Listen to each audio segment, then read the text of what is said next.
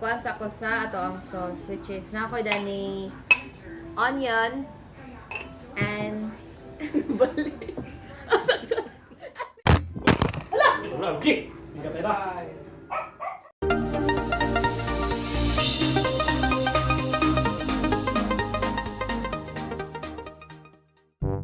What's up mga kayong? Welcome back to my channel. Annyeonghaseyo.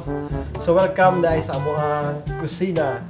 So karon nga vlog kay maghimo ko og kimchi. So sa atong mga curious ug wala kabalo sa ng kimchi, ang kimchi kay dili na siya karne kundi usa ka gulay.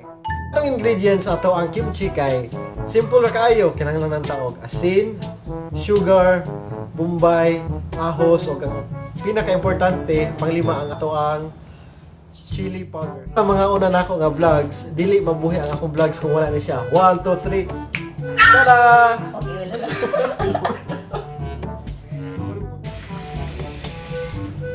So after na hugasan nato ang mga gulay, ato na siyang i-slice. Depende po kung sa kada kanyang slice, pero ang uban dito sa Korea kay dili na nila i-slice. Pero sa ato na i-slice. So sa pag-slice, ato na siyang unahon. Kuha na ito na iyang kitipot.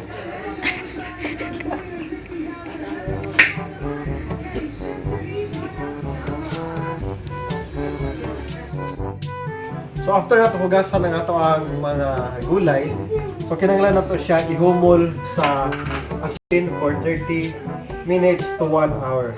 So kinanglan, daghan din kayo ng asin. Kaya it will help to ferment char. Makatabang na siya sa pag-ferment at ang gulay nga, dili siya madaot. So kinanglan yun siya, daghan ng asin o para po mula sa ang ato ang kimchi. So anyway, ay mo kabalaka nga daghan kay nga asin natong gibutang kay after nato na siya ibabad sa asin, ato na siya i-rinse katulo or more para mawala ang iyahang mga asin-asin nga dili parat kayo, pero ang iyang kaparat mapilit siya sa gulay para na siya While na kanang nakuha niya ang ato ang ano gani? Sa atong gulay, nabot niya na siya og asin, gihumon niya sa tubig while gaway tag ato niya in 30 minutes magkuasa ko sa ato. Na ako'y garlic and onion. Then, narin mga seasoning with salt, pepper, and ang uban, bot nga sila o kanang patis bitaw. Kaso, nahugot na amo ang patis. And I don't know saan sa akong i-alt ko na ito. Wala na. Focus na lang. So, di may expert.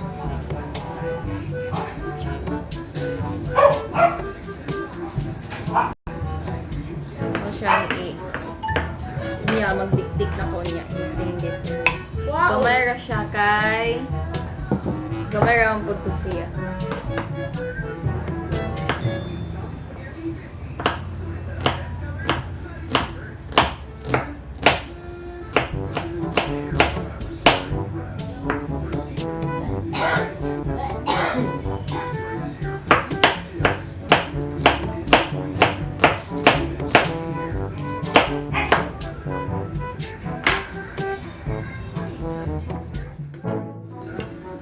So, hapit na siya.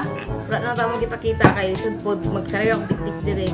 Gibot ka na ako ni siya og sugar, salt, and mga na ako gamay og pepper.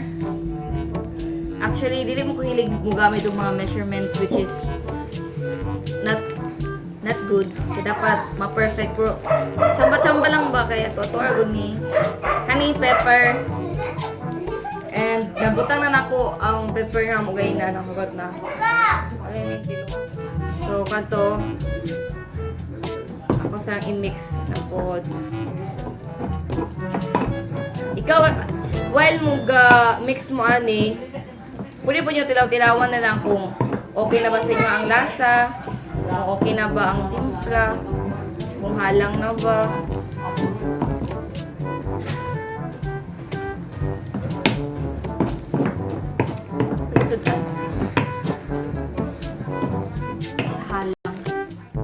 Subay ng ato ang 1 hour and ato na siyang i-rinse ang iyang mga asin. So ato na siyang hugasan mga katulo para mawala ang iyang mga asin para dili kaayo para sa ato ang kimchi.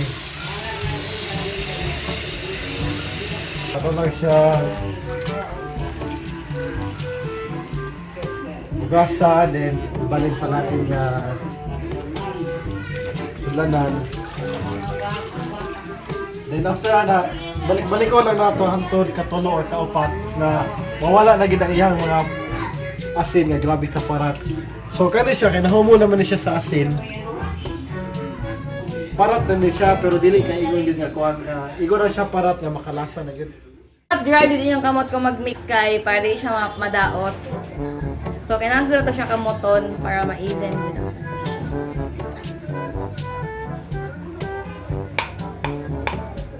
So ang kimchi pag first time pa nimo makatilaw kay weird kayo yung lasa kay imagine na ng gulay nagkaon kang gulay nga hilaw nga nalata. Ina na yung lasa nga weird pero umanad ka Weird yun. pero lamin na siya pag isagol nimo sa sudan mo na yung pinaka the best good nga sa uno nga i-partner mo siya sa sudan then baka Rice. Rice. lamin siya appetizer kay halang-halang o niya kibalimonin siya ang ginamo sa Korea mga to diri kay mga bagoong isda dito sila kay gulay. So nag-turn na siya sa red. Then after i-mix, ibutang siya sa container. Then Atong dili container. siya sa unon mga 3 days para ma-ferment gid siya tarong and So sa first day, igawa sa lang sa ninyo. Tapos pagka paano na yun, inyo na siya i-ref. Hindi na siya i-ref. homemade nga kimchi. Grabe ka barato, grabe ra ka dali buhaton. So shout out guys ako. Tara pa shout out si Marnie Tulyao nga nakaron sa Cebu nga naglaglag unta magkaroon na kasi magkinabuhi. So, thank you for watching. Don't forget to like, subscribe, and click the notification bell so that you'll be updated in every video.